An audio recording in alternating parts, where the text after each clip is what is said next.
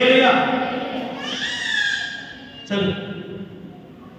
2వ దినవృత్తాంతముల గ్రంథము 33వ అధ్యాయం 12వ వచనం. 2వ దినవృత్తాంతముల గ్రంథం 33వ అధ్యాయం 12వ వచనం.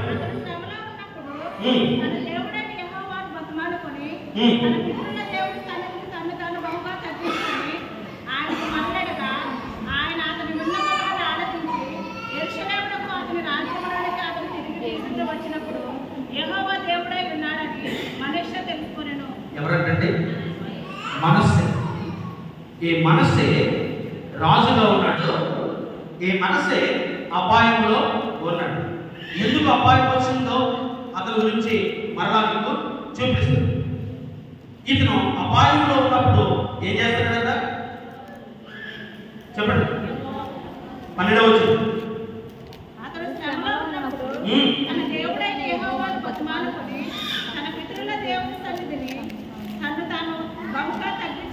ఏం చేశాడు? మొట్టమొదటిగా తను తాను తగ్గించుకో. అప్పుడు ఏం చేస్తారని దేవుడు సెలవిస్తున్నాడు. ఇంకో విషయం ఏంటంటే తన పితరుల దేవుణ్ణి గుర్తు చేసుకున్నాడు. మరి నీకు మాత్రమే దేవుడా నీ పితరుల నుంచి కాపాడుకుంటూ వస్తుంది కదా. నువ్వు ఎప్పుడైనా నువ్వు గుర్తు చేసుకున్నావా? మా తాతయ్య దేవుడా, మా నాన్నగారి దేవుడా, నా దేవుడా, నా పిల్లల దేవుడా అని ఎప్పుడైనా ప్రార్థన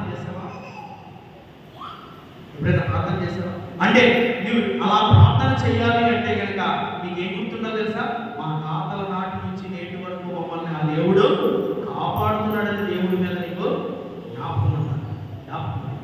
అందుకనే మా పితరుల దేవుడిని గుర్తు చేసుకుని బహువినీయంగా దేవుడి యొక్క తగ్గించుకున్నాడు. 16వ వచనం చదువు.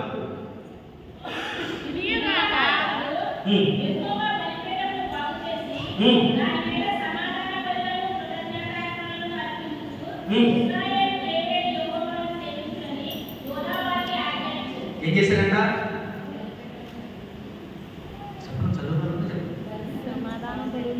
బలిపీఠము. దేవుని సేవించాడు కదా, దేవుని సన్నిధిలో తగ్గించుకున్నాడు కదా, పితరుల నాటి నుంచి కూడా దేవుని అద్భుతాలను గుర్తు చేసుకుంటున్నాడు కదా.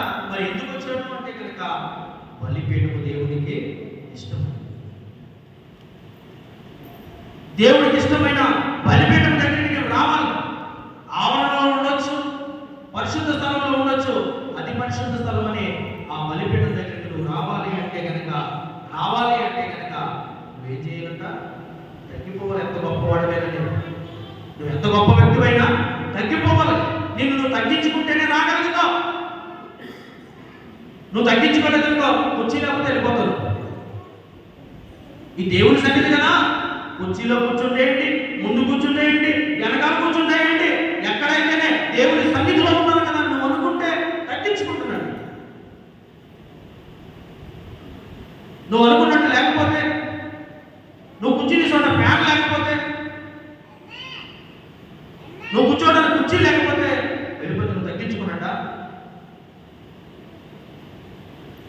నీ ఆరోగ్యాన్ని గుర్తు చేసుకుంటావు. నీ పితరుల గురించి, ఆ ఆరోగ్యం ఇచ్చే దేవుడి గురించి గుర్తు చేసుకో.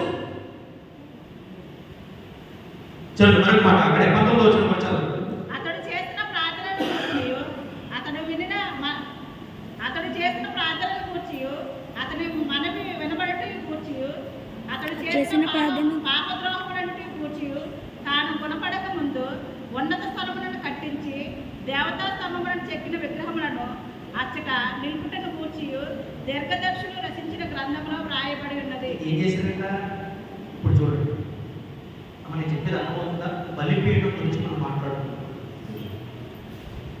నీవు నేను ఒక బలిపీఠంగా మారితే, బలిపీఠం దగ్గర బలిని ఎలాగైతే దేవుడు హృదయపూర్వకంగా అర్పించినప్పుడు అంగీకరిస్తున్నాడో, ఆ బలిపీఠమే నీవు నేను అయిపోతే ఎలా అవ్వాలో తెలుసుకుంటే, ఇప్పుడు చూస్తున్న ఆ వ్యక్తి ఎవరు అంటే కనుక మనస్సే గురించి మనం ధ్యానం చేస్తున్నాం.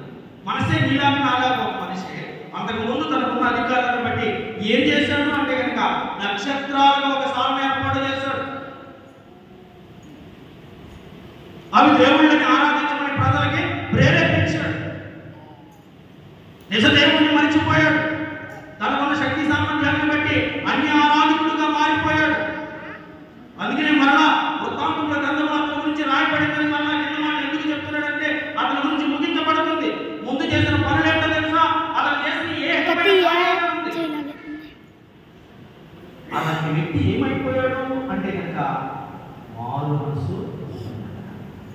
మార్పు చెందాడు. మార్పు చెందిన వ్యక్తి ఏమవుతున్నాడు అంటే కనుక దేవుని సన్నిధిలో తనను తాను తగ్గించుకుని తన పితరుల నాటి దేవుని మహత్యాన్ని గుర్తు చేసుకుంటూ ఆ భక్తిని కనపరుస్తూ దేవునికి కృతజ్ఞతలు చెల్లిస్తున్నాడు. చెల్లించిన వ్యక్తి పాడైపోయినటువంటి బాగు చేసేవాడిగా ఉన్నాడు. ఏం పాడైపోయి అంటే కనుక అన్యాచారాలకు వెళ్ళిపోయాడు, కనపడే వాటిని ఆరాధించేవాడిగా మారిపోయాడు, ప్రేరేపించాడు. ఇప్పుడు అసలే ఏంటి అంటే కనుక దేవుని బలిపీఠము బాగు చేయబడాలి అంటే ముందుగా చెప్పుకున్నట్టు నీవు నేనే ఒక బలిపీఠం. నీవు నేను ఏం చేయబడాలి అంటే కనుక పాడైపోతే కనుక ఇప్పుడు బాగు చేయబడాలి. ఇంతకు ముందు ఎలా పాడైపోయావు అంటే కనుక లోకంలో ఉన్న వాటిని నీలో పెట్టుకున్నావు.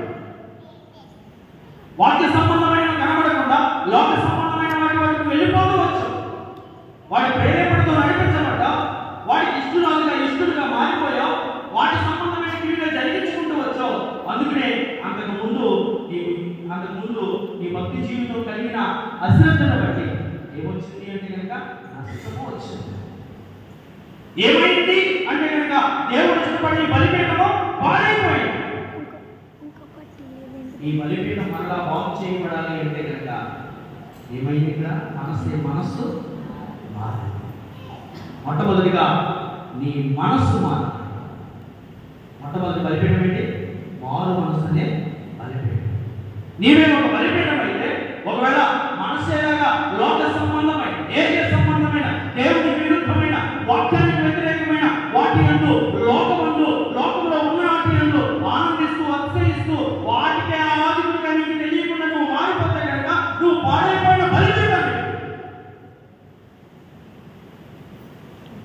దేవుడి సమీపానికి రావాల్సిన బలిపీఠము ఇప్పుడు ఏమైపోయిందంట? పాడైపోయినా బాగుగా ఉన్న నీకు నువ్వు జ్ఞాపకం చేసుకో, మనసుని గుర్తు చేసుకో. బలిపీఠమైన నేను దేవుడికి ఇష్టమైన బలి అర్పించవలసిన ఆ బలిపీఠమైన నేను ఏమైపోయాడు? ఇప్పుడు పాడైపోయాడు. అందుకే మరలా నేను ఏం చేయబడాలి? బాగు చేయబడాలి. అర్థమవుతుందా? అర్థమవుతుందా? నీవు నేను ఒక బలిపీఠం, మనసే ఒక బలిపీఠంగా కనబడుతున్నాడు. అంతకుముందు ఆ బలిపీఠం ఏమైపోయింది అంటే కనుక పాడైపోయింది. ఎలాగా అంటే కనుక లోక సంబంధమైన దేశ సంబంధమైన లేదా ఆకాశ నక్షత్రాలకు గుడ్లు కట్టే సాల కట్టేవాడుగా ఉన్నాడు. తెలుసుకున్న తర్వాత ఆ పాడైపోయిన బలిపీఠం ఏం చేశాడు? బాగు చేసుకున్నాడు. ఆ లోక సంబంధమైన మనసు ఏమైపోయింది? ఇప్పుడు మారిపోయింది. మారు మనసు వచ్చేసింది. ఎప్పుడైతే మారు మనసు వస్తుందో దేవుడు ఇచ్చుకున్న బలిపీఠం నీవు బాగు చేయబడతావు. మొట్టమొదటిగా మారు మనసు అనే బలిపీఠంగా నీవు మార్చబడాలి. చూడండి చదువు.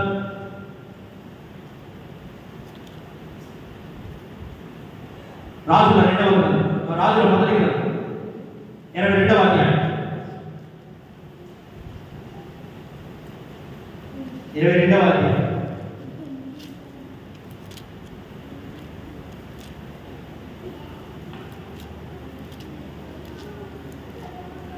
18వ అధ్యాయం చూడండి. 18వ అధ్యాయం 22వ వచనం. 18వ అధ్యాయం 22వ వచనం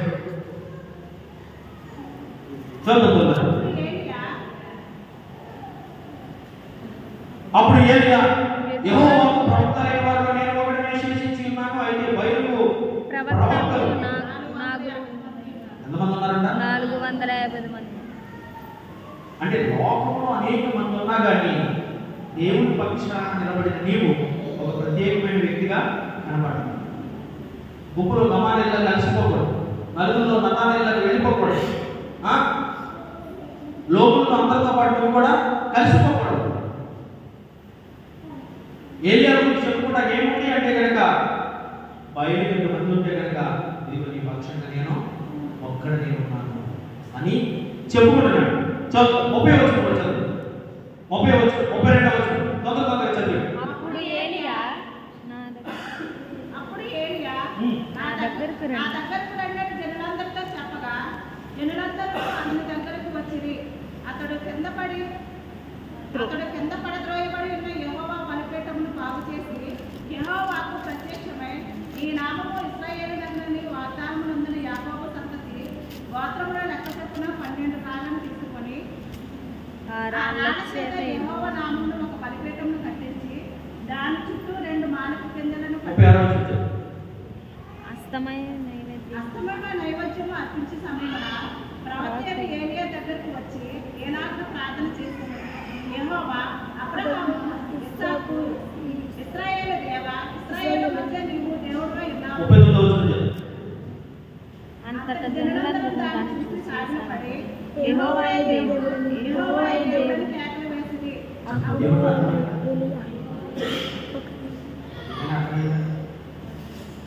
450 మంది బయలుకి ప్రవక్తలు ఉన్నారు. ఎంతమంది ఉన్నారు? 450 మంది మాట్లాడతారా? ఒక్కడే మాట్లాడతారా? చెప్పండి. అంతే కదా. ఇప్పుడు కూడా మెజార్టీ చూసుకుంటారు తప్ప మెజార్టీ తక్కువ చూసుకోరు కదా. మెజార్టీ 450 మంది బయలు అనే దేవతకి అష్టాదశ దేవతను బయలు అనే దేవతను ఆహాబు భార్య యెజెబెలు తీసుకొచ్చింది. వాటన్నింటినీ కూడా వాటి ప్రవక్తలను కూడా పోషిస్తూ వచ్చింది. ఆ క్రమంలోనే ఈ బయలు అనే దానికి 800 మంది ప్రవక్తలు ఉంటే దానికి 450 మంది యెహోవా పక్షంగా నిలబడ్డారు. ఏలియాను ఢీకొట్టడానికి ఆ కర్మేలు పర్వతం మీదకి వచ్చారు. ఇప్పుడు ఏలియా ఏమంటాడు తెలుసా? ఇశ్రాయేలు ప్రజలు చూడండి, ఎంతకాలం 2 తరాల ప్రజలు ఉంటారు. ఎంతకాలం 2 తరాల ప్రజలు ఉంటారు. ఒకవేళ మీరు నిర్ణయం తీసేసుకోండి, నేను దేవుడి పక్షాన్ని వచ్చాను, ఇప్పుడే నిర్ణయం తీసుకోండి. బయలు దేవుడు అయితే కనుక వారితో పాటు వారి పక్షంగా వెళ్ళిపోండి. యెహోవా దేవుడు అయితే కనుక ఈ పక్షంగా నా పక్కకే రండి అంటున్నాడు. అప్పుడు మనం వచ్చినట్టేమి లేదు. వచ్చారా? ఏలియా ఒకడే ఉన్నాడు. ఈ అధ్యాయం అంతా మేము చదువుకుంటే నిజంగా అంటే రోమాలను ఎక్కడ వచ్చినట్టు నిజంగా మనసు పెట్టి చదువుకుంటే అలా ఉంటుంది. ఒక్కడే ఉండి అసలు నిజంగా నియమం ఎక్కడది, ఆ ధైర్యం ఎక్కడది, ఎలా వచ్చింది అనిపిస్తుంది మీకు నాకు. కానీ దానికి పేరేంటో తెలుసా? విశ్వాసం అని. ఎంతమంది ఉన్నా పర్లేదు, కొండ ఎంత పెద్దదైనా పర్లేదు, కంబల చెట్టు ఎంత పెద్దదైనా పర్లేదు, నీలో ఆవలినంత విశ్వాసం ఉంటే చాలు. ఎవరైనా చెప్తున్నాడు? నీలో ఆవలినంత విశ్వాసం ఉంటే చాలు. ఈ కొండ పెళ్ళకపోబడి సముద్రంలో పడమంటే పడుతుంది. ఈ కంబల చెట్టు పేదలతో పాటు సముద్రంలో నాటమంటే నాటబడుతుంది. ఏమి పెట్టండా? విశ్వాసం బట్టి. ఏలియాలో ఎలా ఉందో తెలుసా? పుష్కలంగా ఉంటాయి. ఏలియాలో పుష్కలంగా. అందుకనే 450 మంది ఉన్న రాజు రాణి సపోర్ట్ వారికి ఉన్న వారికి అన్ని అమ్ముతున్నా ఇశ్రాయేల్ వీరి ప్రజలు కూడా ఈ ఏలియాకి ఏమాత్రం సపోర్ట్ చేయకపోయినా ఒక్కడే ఉండి దేవుడి పక్షంగా నిలబడిన ఏలియా ఏమని హేళన చేస్తున్నాడో తెలుసా? వీడు ఆరాధిస్తున్న బయలనే దేవుడు అయినాడా? వాడు ఒక దీక్షలో ఉన్నాడు, లేపడి గట్టిగా అంటున్నాడు. ఒక దూరంగా ఉన్నాడేమో, రావాలి కదా, ఇంకా గట్టిగా కేకలేయంటున్నాడు. ఈ ఏలియా మాటలు ఎడెత్తిపోయి ఇచ్చిన సమయం ముగించిపోతుందని వారు ఏం చేస్తారు తెలుసా? శరీరాన్ని పోసుకున్నారు, రక్తతర్పణం చేస్తున్నారంట. బయలు ఉదయం నుంచి సాయంత్రం వరకు పూజలు చేసిన వారు, కేకలేసిన వారు, బైదా బైదా అని గుండెలు బాదుకుంటూ పిలిచిన వారు చివరికి రక్తతర్పణం చేస్తున్నారంట. శరీరాలు పోసుకుని రక్తవాళ్ళు పోస్తున్నారు. మరి నీ నా విశ్వాసం ఎలా ఉందని చూడండి. మనం అనుకున్నప్పుడు జరగలేదనుకోండి, ఇంకా అంతే. అందుకనే భక్తుల విశ్వాసాలు గొప్పవి. సింహాలు ఎన్నో రోజులుగా ఆకలితో ఉన్నా ఏమనుకున్నారంట?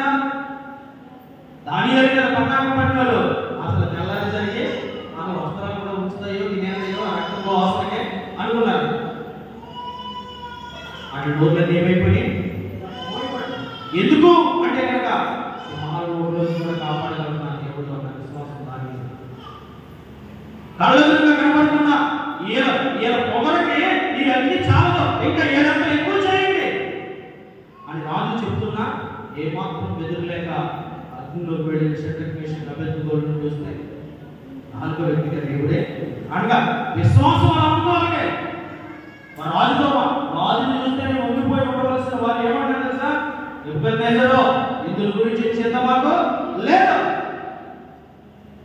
మా విశ్వాసం ఏంటో తెలుసా? ఈ వేడి ఉన్న అగ్నిగుండం నుంచి కూడా తప్పిస్తాడు మాది. రెండోదిగా పాడైపోయిన ఈ బలిపీఠము దేనికి సంబంధించిందో తెలుసా? విశ్వాస సంబంధం. విశ్వాసంలో మీ పరిమాణం ఎలా ఉంది? దేవుడు చేస్తాడా లేదా అని నువ్వు ఆలోచనగా ఉంటున్నా తప్ప ఇదిగో అగ్నిగుండంలోకి వెళ్ళిపోయేదాకా, సింహాల భోజనంలోకి వెళ్ళిపోయేదాకా, సాయంకాల అస్తమయ సమయం వరకు కూడా వారి విశ్వాసంలో ఏమైనా సరళత కనబడిందా? ఎక్కడైనా చిన్న మార్పు కనబడిందా? లేదు. మరి ఎందుకు క్రైస్తవుడిగా ఉండి విశ్వాసం అనే బలిపీఠంగా ఉండవలసిన, స్థిరమైన విశ్వాసంగా ఉండవలసిన నీవు ఎందుకు పాడైపోతున్నావు? విశ్వాసంలో ఎందుకు సడలిపోతున్నావు? ఏలియా కట్టిన బలిపీఠం ఏంటో తెలుసా? విశ్వాసం అనే బలిపీఠం. ఏం చేశారంటే రాళ్ళు తీసుకున్నాడు. ఇశ్రాయేలు లెక్కలు చొప్పున 12 రాళ్ళు చదువు ఇంటికి వెళ్ళిన తర్వాత ఎలా పెంచాడు తెలుసా? వరదల క్రమము చూపించాడంటే దాంట్లో నీ విశ్వాసం క్రమమైంది కాదు. అవసరాన్ని బట్టి నీ విశ్వాస పరిమాణం ఉంటుంది. తీరిన తర్వాత నీ విశ్వాసం ఇంకోలా ఉంటుంది. ఆయన చదివించడానికి సమయం కాదు కానీ ఈ మనుషుల గురించి మనం చదువుకున్నాం కదా, ఆ మనుషుల గురించి ఆ ముందధ్యాయాలు చదువుకుంటే చిల్లంగి వాళ్ళని పోషించాడు, ఎన్నో ఏకమైన చేశాడు. అలాగే క్రైస్తవ లోకంలో విశ్వాసం ఎలా ఉంటుందో తెలుసా? ఏదైనా చేయగలిగిన నిజదేవుడి మీద ఉండవలసిన విశ్వాసం అనేక వ్యక్తుల మీద అనేక చోట్లకి వెళ్ళిపోదు. దేవుడు ఏం చెప్తుంటే తెలుసా? సమస్తము చేసే దేవుడి మీద మనం ఎలా ఉండాలంట? ఉదయం కుమ్మరించేవారిగా ఉండాలి. ఆయన సన్నిధిలో కనపడాలంట. ఇదిగో 450 మంది ఉన్నా, వారికి రాజు రాణి సపోర్ట్ ఉన్నా, సొంత ప్రజలకు ఉన్న ఇశ్రాయేలు ప్రజలే ఈ ప్రవక్తకి సపోర్ట్ గా నిలబడకపోయినా ఆయన విశ్వాసం ఎలా ఉందో తెలుసా? చాలు, నీ పని అయిపోయింది, నీకు ఇచ్చిన సమయము అయిపోయింది. సాయంకాల నైవేద్యము అనగా సాయంకాలం ప్రార్థన చేసే సమయానికి ఆ బలిపీఠాన్ని కట్టాడంట. విశ్వాసం అని బలిపీఠాన్ని కట్టి కందకం నిండా నీళ్లు పోయిందన్నాడు. నీళ్లు పోసిన తర్వాత ఆ కట్టెలను పెంచి ఈవిడ ఎత్తులు మునకలుగా చేసి ఆ కట్టెల మీద పెంచి మళ్ళా ఆ ఎత్తు మీద మనం నీళ్ళు వేసి సరిపోయేటప్పుడు అన్నాడు. అప్పుడు విశ్వాసంతో ప్రార్థన చేయండి. చదవనమాట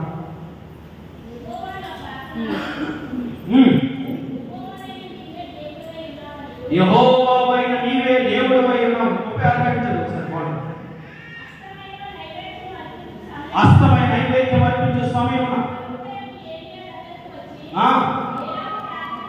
ఇలా ప్రార్థన చేసి యెహోవా దేవా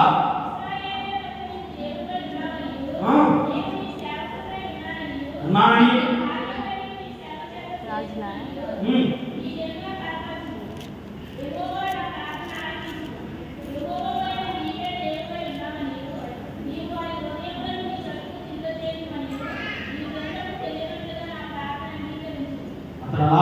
ప్రార్థన చేయించుండగా యెహోవా నీటికి దండమై పశువును కట్టెలను రాళ్ళను బొగ్గిని దయచి నందకం మీద ఉన్న నీళ్లను ఆరిపోతుంది.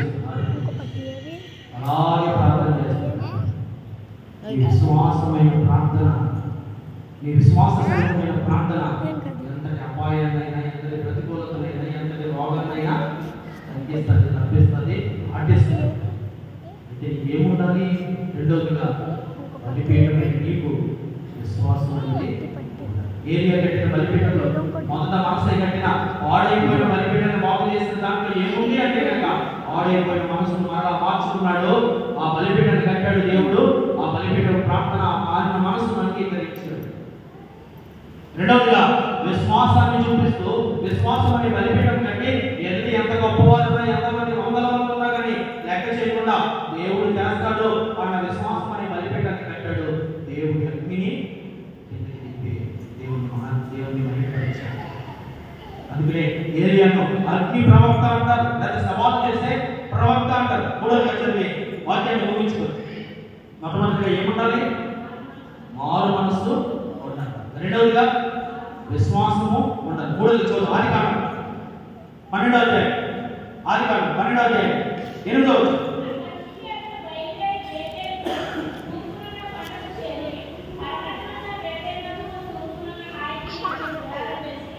అక్కడ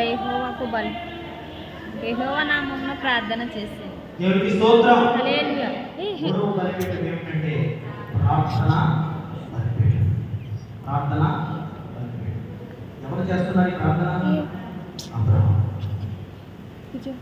మనసు మారకుండా నీకు విశ్వాసం కలుగుతుందా? మొట్టమొదటి మనసు మార్చు, అప్పుడు దేవుడి మీద నమ్మకం కలుగుతుంది. నీ మనసు మారలేదనుకో దేవుడు చేస్తారట, దేవుడు చేయలేదు. నీకు తాళ్ళు కట్టేవాడు చేశాడు, ఆ తాళ్ళు మంత్రాలు కట్టేవాడు నీకు చేశాడు. దేవుడిని పెడతామంట, ఇంకొకరిని పెడతామంట. ఒక వరలో 2 కత్తులు ఇమిడతాయా? ఒక నూతులు 2 రకాల నీళ్లు ఓడతాయా? లేదు. అయితే చల్లగానే ఉంటుంది, పచ్చగానే ఉంటుంది. నిలువెత్తల స్థితి అయితే నాకు అసహ్యం, మెత్తమేస్తాను దేవుడు. క్రైస్తవుడు కాబట్టి, క్రైస్తవురాలు కాబట్టి మనసు మారకపోతే దేవుడి మీద విశ్వాసం అనేది ఎలా వస్తుంది? నీకు ఇంకా పరిపూర్ణమైన విశ్వాసం దేవుడి మీద కలగట్లేదు అంటే కనుక నీ మనస్సు నీ మనస్సు మారాలంటే ఏ ఇంట్లో పాడైపోయిందో మనసు ఆ బలిపీఠానికి కట్టాడు.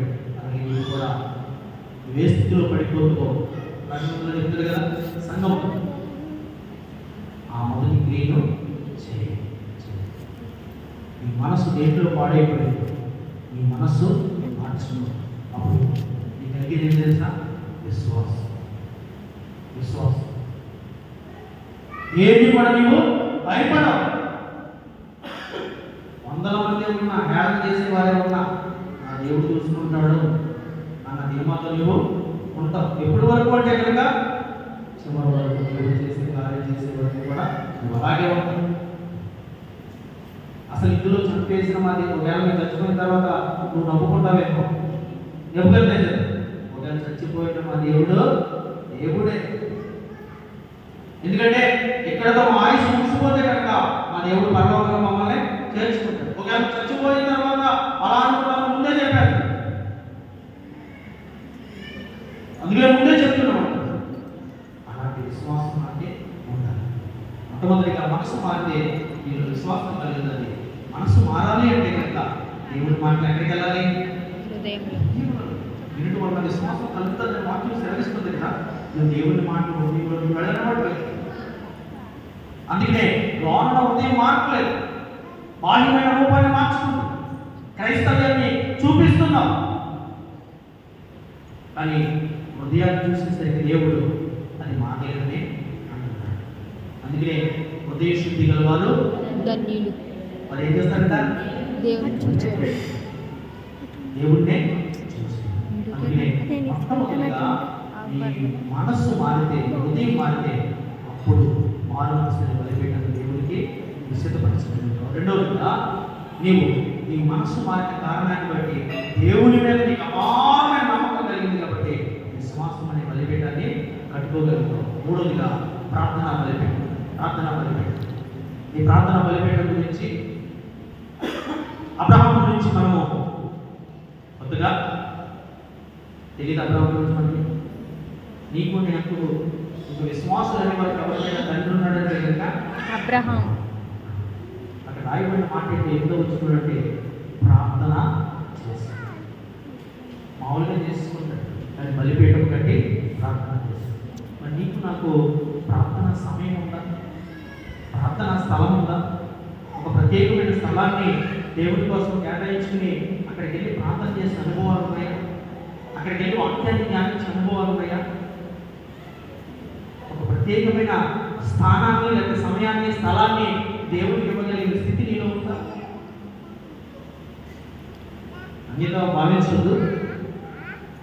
చిన్న ఇల్లు కట్టుకున్నా, పెద్ద ఇల్లు కట్టుకున్నా, 5వ సహోదరులు దేవుడి నది అది చిన్న అంతకి లేకపోతే ఈశాన్య మొన్నే అంత బాక్సంలో చేసుకుని దాంట్లో పెట్టుకుంటాం. పూజ చేయాలంటే అక్కడికి వెళ్తాం. ఒకవేళ ఏదైనా అవసరం ఉంటుంది బయటకు వెళ్తారు, అక్కడికి వెళ్ళి 2 వేసుకుని ఏదో ఒకటి దానికి వెళ్తారు. అంటే ఒక స్థలాన్ని ప్రత్యేకించుకున్నారు. కానీ నీవు నేను ఏం చేస్తాం మొత్తం నాకు తెలియనట్టుకున్నాను కలగబోలేదు. అన్ని విషయాలు అన్నింటినీ అంతా కూడా కలగబోలు చేయాలి. దేవుడు ఏం చూస్తున్నాడంటే నా కొరకు ఎంత ప్రత్యేకమైన సమయం ఇస్తున్నాడు, నా కోసం ప్రార్థన బలిపీఠం అనేది ఉందా లేదా అని చూస్తున్నాడు. మరి అబ్రహాము జీవితంలో చూస్తే కనుక మనం అనుకున్నది జరగకపోతే చూస్తే ఆ నెలంతా చూస్తాం, లేకపోతే లెక్కెట్టుకుని మనమే 7 వారాలని లెక్కెట్టుకుంటాం. అంటే 2వ నెల దాకా చూస్తాం, లేకపోతే ఈ సంవత్సరం అంతా చూస్తాం.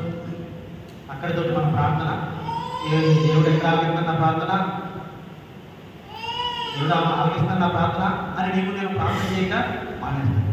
కానీ వాగ్దానం చేసిన దేవుడు నమ్మదగిన వాడని జీవితకాలం అంతా 25 సంవత్సరాల తర్వాత ఇచ్చే బిడ్డ కోసం ఏమాత్రం తన ప్రార్థన చేయక మానేస్తాను. మూడవదిగా ప్రార్థన బలిపీఠం అనేది ఉండాలి. ప్రార్థన బలిపీఠం అనేది ఉండాలి. మొట్టమొదటిగా మనస్సు మారితే నీలో విశ్వాసము కలుగుతుంది. విశ్వాసం కలిగితేనే అప్పుడు దేవుణ్ణి అడగాలి. అంతే కదా, మనసు మారకుండా దేవుని మీద నమ్మకం అనేది రాదు. నమ్మకం లేకపోతే నువ్వు ఎవరిని కూడా అడగలేదు. అడుగుతావా? దేవుని మీద నమ్మకం ఉంటేనే కదా ఆయన ఉన్నాడని, అడిగి ఇస్తాడని నమ్మితేనే ఆయన్ని నువ్వు అడగలవు. అప్పుడు నువ్వు ప్రార్థన చేయగలవు. మొట్టమొదటిగా నీ మనస్సు మారాలి. రెండవదిగా నీలో విశ్వాసం అనేది కలగాలి. మూడవదిగా ప్రార్థన అనేది నీవు చేయాలి. మూడవ బలిపీఠము ప్రార్థన బలి. చాలా ఉంటాయి పరిశుద్ధ గ్రంథం. అదే బేతేలు దగ్గర ఇప్పుడు మమ్మీ దగ్గర బేతేలుకి మమ్మీకి మధ్యన ఎలాగైతే గుడారం వేశాడో అదే బేతేలు దగ్గర యాకోబు పద్దరాంకి వెళ్ళిపోయినప్పుడు ఒక మొక్కుబడి చేసుకున్నాడు.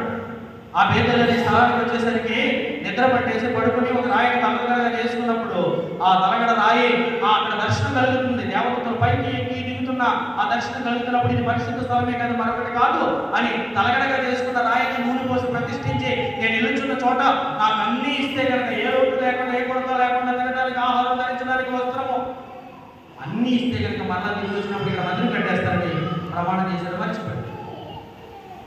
ఎందుకంటే ప్రేమలో పడిపోయాడు. మర్చిపోయిన తర్వాత మరలా ఆ పెనుయేలు స్థలానికి వచ్చినప్పుడు దేవుడితో పెరుగులాడిన అనుభవానికి ప్రార్థన అనుభవంలోనికి వెళ్ళాడు. ప్రార్థన ఎంత గొప్పదో తెలుసు. మూడో ప్రార్థన అనుభవం, ప్రార్థన బలిపీఠం గురించి చెప్పుకుంటాం కదా. ఆ పెనుయేలు అనే స్థలంలో తుంటికాలు నరం తెచ్చేసిన కుంటోని చేసేసిన తెల్లవారుకోకుండా విడిచిపెట్టన్నా కానీ ప్రార్థన అనేది మానలేదా అనడా? మరి నీ నా ప్రార్థన అనుభవాలు ఎలా ఉన్నాయి? నీ నా ప్రార్థన బలిపీఠం ఎలా ఉంది? అటు విధంగా ఉందా? దేవుణ్ణి అడిగి నువ్వు ఆశీర్వదిస్తేనే తప్ప నేను విడిచిపెట్టాను. అందుకే మన ప్రార్థన బలిపీఠం అంతంత మాత్రంగా ఉంది కనుక అక్కడెక్కడికి వెళ్ళి అలా వచ్చేస్తుంది ప్రార్థన. యాకోబు ప్రార్థన చేస్తే ఏమైపోయింది తెలుసా? దేవుడి దగ్గరికి ప్రార్థన అంతా కాదు, ఆ ప్రార్థన దేవుడినే దగ్గరికి ప్రార్థన స్థలానికి తీసుకొచ్చేసింది కదా. ఆ దేవుడినే ప్రార్థనా స్థలానికి తీసుకొచ్చేసింది. దేవుడు మాట్లాడుతున్నాడు, ఎంతవరకు చేస్తాడో చూద్దాం అనుకున్నాడు. పట్టువదలడు విక్రమార్కులాగా చేస్తానేమన్నాడు. ఈ మోకాళ్ళు దిగడా, మోకాళ్ళు నిప్పులు పడతలేదా అని ఆ కాలు మీద కొట్టాడంట దేవుడు. ఆ బాధలో నరం సడలిపోయినా కానీ ఆ బాధలో కూడా ఏం మారలేదు, ప్రార్థన మారలేదు. చూడండి, అంటే ఈయన ప్రార్థన బలిపీఠము ఎలా ఉంది? విశ్వాసులకు తండ్రి అయిన అబ్రహాము 25 సంవత్సరాల తర్వాత పొందాడు. 75వ సంవత్సరంలో పిలువబడితే ఆ కుమారులని లేదా ఆ సంతానం అనే భాగ్యము 25 సంవత్సరాల తర్వాత కలిగింది. అప్పుడు దాకా విశ్వాసంలో సడలిపోయాడా, వెనుదిరిగాడా? తిరగలేదు. నా విశ్వాసం ఎలా ఉందంటే 2 నెలలు 7 వారాలు 1 సంవత్సరం అలా పెట్టుకుంటాం. దేవుడు నాకు ఏమీ చేయలేదు. నీకు ప్రార్థన చేస్తున్న అబ్రహాము బలిపీఠము ఎలా ఉంది అంటే కనుక జీవితకాలం అంతా చేసేలాగానే ఉంది. అసలు నువ్వు ఎప్పుడు ప్రార్థన చేయగలుగుతావు అంటే విశ్వాసం ఉన్నప్పుడు. అసలు విశ్వాసం నీకు ఎప్పుడు ఉంటుంది అంటే కనుక నీ మనస్సు మారినప్పుడు. మొట్టమొదటిగా ఈ 3 విషయాలు 3 విషయాలు ఈ మొదటి రోజు నువ్వు గ్రహించగలిగితే కనుక మన మనస్సు మారిందా లేదా మనమే పరిశీలన చేసుకోవాలి. మన మనస్సు మారితే కనుక విశ్వాసంలో స్థిరులుగా కదల్చబడిన వారుగా ఆ విశ్వాస సహితమైన ప్రార్థన ఏదైనా చేస్తాం. అప్పుడు నువ్వు ప్రార్థన చేయాలి. పరిశుద్ధ గ్రంథంలో అనేక సందర్భాలు ఉన్నాయని నేను వాక్యాన్ని ముగించడానికి ఇష్టపడుతున్నాను. ఈ 3 సందర్భాలు కనుక నువ్వు కలిగి ఉంటే కనుక విజయాన్ని నువ్వు పొందుతావు. చూడండి 17 అధ్యాయం 15 వచనం.